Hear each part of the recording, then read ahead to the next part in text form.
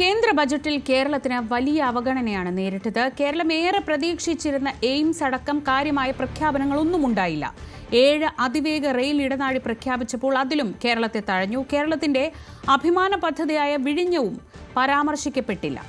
കിരൺ ബാബു വിവരങ്ങളുമായി. കിരൺ, ഒരു തെരഞ്ഞെടുപ്പിന് തൊട്ടുമുൻപ് വരുന്ന കേന്ദ്ര ബജറ്റ് ആയതുകൊണ്ട് സ്വാഭാവികമായും എന്തെങ്കിലുമൊക്കെ ഉണ്ടാകുമെന്നായിരുന്നു പ്രതീക്ഷ. ഇതിപ്പോ സോഷ്യൽ മീഡിയയൊക്കെ തുറക്കുമ്പോൾ കാണുന്നത് പോലെ ആമ വളർത്തൽ കേന്ദ്രത്തിനപ്പുറത്തേക്ക് ഒന്നും പോകാൻ ഈ ബജറ്റിലായില്ല. അത് വലിയ പ്രതിഷേധവും ഉണ്ടാക്കുന്നുണ്ടല്ലോ.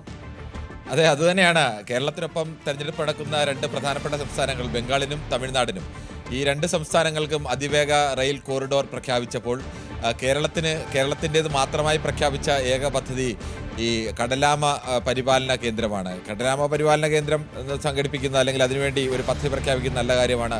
പ്രകൃതിയുമായും കടലുമായിട്ടും ഒക്കെ ബന്ധപ്പെട്ട വിഷയമാണ്. അതിന് അങ്ങനെ പരിപാലനം വേണ്ടതുമാണ്. ഇപ്പോൾ ഒരു പദ്ധതി ഇല്ലെങ്കിലും തന്നെ സാധാരണക്കാരായ നാട്ടുകാരൊക്കെ കടലാമയുടെ മുട്ടയൊക്കെ സംരക്ഷിക്കുകയും അതിൻ്റെ കുഞ്ഞുങ്ങളെ വളർത്തി അവിടെ വിടുകയും ഒക്കെ ചെയ്യുന്നുണ്ട്. അതിന് തദ്ദേശ സ്ഥാപനങ്ങളും ഒക്കെ അത്ര സഹായങ്ങൾ ലഭിക്കുന്നുണ്ട്. അതിന് കേന്ദ്ര സർക്കാർ ഏറ്റെടുത്ത് നല്ല കാര്യം. പക്ഷേ കേരളം പ്രധാനമായും ഉന്നയിച്ച ചില വിഷയങ്ങളുണ്ടായിരുന്നു. കാരണം ഇത് അടുത്ത നിയമസഭാ തെരഞ്ഞെടുപ്പിന് മുന്നോടിയായിട്ടുള്ള തെരഞ്ഞെടുപ്പ് ആയതുകൊണ്ട് ഉറപ്പായും അത്തരം പ്രഖ്യാപനങ്ങൾ ഉണ്ടാകുമെന്ന് പ്രതീക്ഷിച്ചു. അങ്ങനെ ഒരു കീഴ്വഴക്കവും ഉണ്ടായിരുന്നു. കഴിഞ്ഞ തവണയൊക്കെ ബീഹാറിന് നിയമസഭാ തെരഞ്ഞെടുപ്പ് വന്നപ്പോഴേക്കും ബീഹാറിൻ്റെ പേര് 11 തവണയാണ് ബജറ്റിൽ തന്നെ നിർമ്മലാ സീതാരാമൻ പറഞ്ഞത്.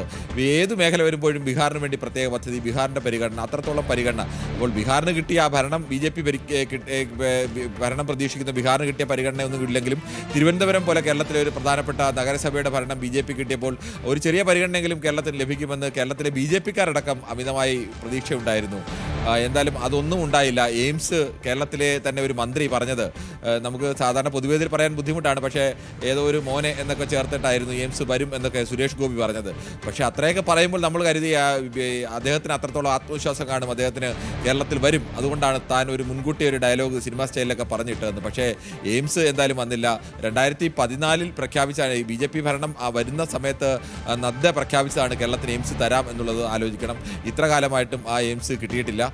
അതിനു മുമ്പുണ്ടായിരുന്ന UPA സർക്കാരിൻ്റെ കാലത്തും 10 വർഷവും കിട്ടിയില്ല എന്നതും യാഥാർത്ഥ്യമാണ്. പക്ഷേ ഇപ്പോൾ ഇന്ത്യയിലെ പ്രധാനപ്പെട്ട സംസ്ഥാനങ്ങൾക്കെല്ലാം എയിംസ് ഉണ്ട്, അവിടെ എല്ലാം പ്രവർത്തനം ആരംഭിച്ചു കഴിഞ്ഞു. കേരളത്തിന് മാത്രം ഇല്ലാത്ത അവസ്ഥ. മറ്റൊന്ന് കോറിഡോറാണ്, ഈ അതിവേഗ റെയിൽ കോറിഡോറാണ്.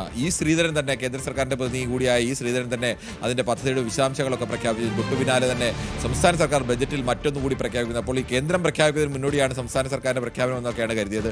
പക്ഷേ അവിടെയും 7 റെയിൽ കോറിഡോറുകളാണ് പ്രഖ്യാപിച്ചത്. തമിഴ്നാട്ടിലേക്ക് 7 റെയിൽ കോറിഡോർ പ്രഖ്യാപിക്കുമ്പോൾ ഉടൻ തെരഞ്ഞെടുപ്പ് നടക്കേണ്ട തമിഴ്നാട്ടിലേക്ക് 2 കോറിഡോറുകളാണ്. ചെന്നൈയിൽ നിന്ന് ബാംഗ്ലൂരിലേക്കും ചെന്നൈയിൽ നിന്ന് ഹൈദരാബാദിലേക്കും. തമിഴ്നാടിന് സമീപമുള്ള 2 സംസ്ഥാനങ്ങളിലെ പ്രധാനപ്പെട്ട 2 നഗരങ്ങളിലേക്ക്. തെരഞ്ഞെടുപ്പ് നടക്കുന്ന ബംഗാളിൽ സിലിഗുരിയിലേക്ക് വാരണാസിയിൽ നിന്ന് ഒരു റെയിൽ കോറിഡോർ വരുന്നു. ബംഗാളിനെ സംബന്ധിച്ചും അത് നേട്ടമാണ്. പക്ഷേ കേരളത്തെ സംബന്ധിച്ച് അങ്ങനെ ഒരു പദ്ധതിയുടെ പ്രഖ്യാപനമില്ല.